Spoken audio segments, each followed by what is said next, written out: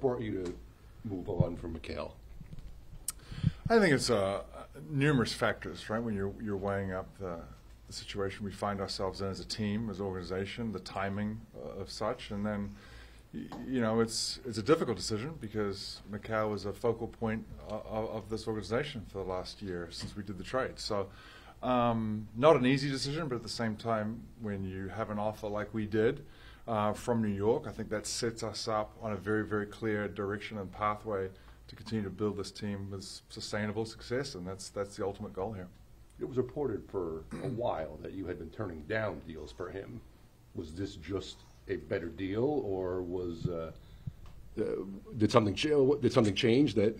No, I mean, look, there's no shortage of interest in Mikal around the league, right? For the player he is, the person he is, and obviously the contract he's on. So, but in terms of this particular deal, this was by far the best deal for our organization at this particular time to do it, and hence.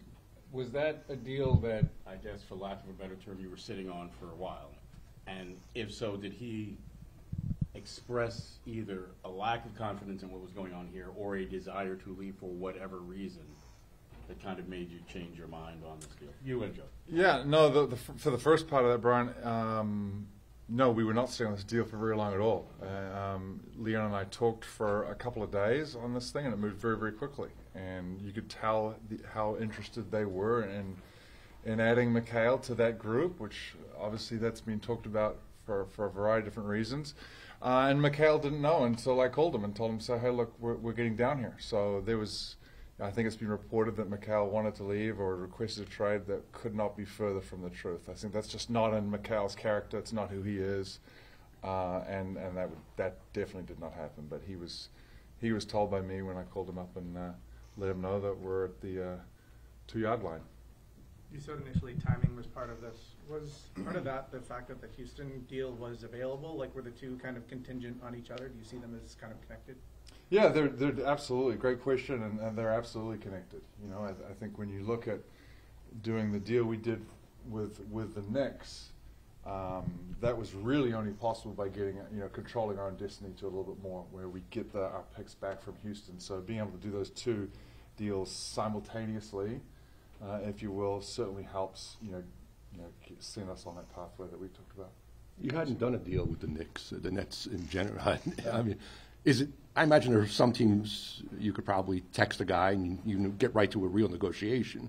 When you have never done a deal with someone, was it slow at all? Is it awkward? I mean, is it? No, it wasn't. I mean, Leon and I have known each other for at least a couple of decades, so there's no shortage of communication there with the Knicks. And again, I'm not worried about doing a deal, with them. We do a deal, that we feel like is the best deal for the Brooklyn Nets moving forward, and we thought that was the right deal at the right time for us. You didn't have to ask for his phone number then or anything? Oh, no.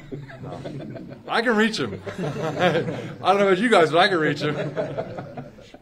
This isn't quite the same as when you're trading KD, and at that point you thought you were trying to compete for championships and the like. But you were pretty clear at that time. You still wanted to compete. You still wanted to try to make the playoffs and all of that. And Mikal was going to be a big part of that.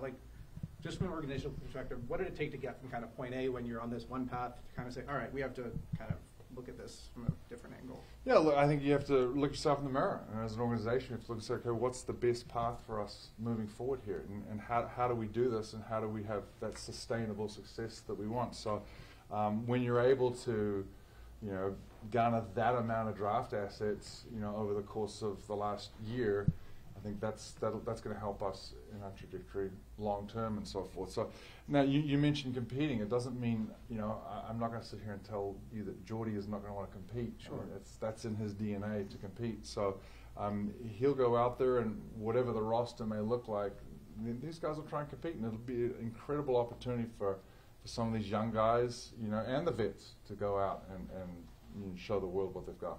I think we're weighing the options of what's the best thing timing-wise for the franchise here, and I believe that this was the best pathway for us to go down right now instead of waiting. And we could have kept waiting. I mean, there's no shortage of people that want to play with Mikal and the likes, because he's a heck of a talent out there, and we'll miss him. But at the same time, this for us leads a very, very clear pathway and direction for us how we're going to build, and this group has drafted well, and we hope we continue to do that.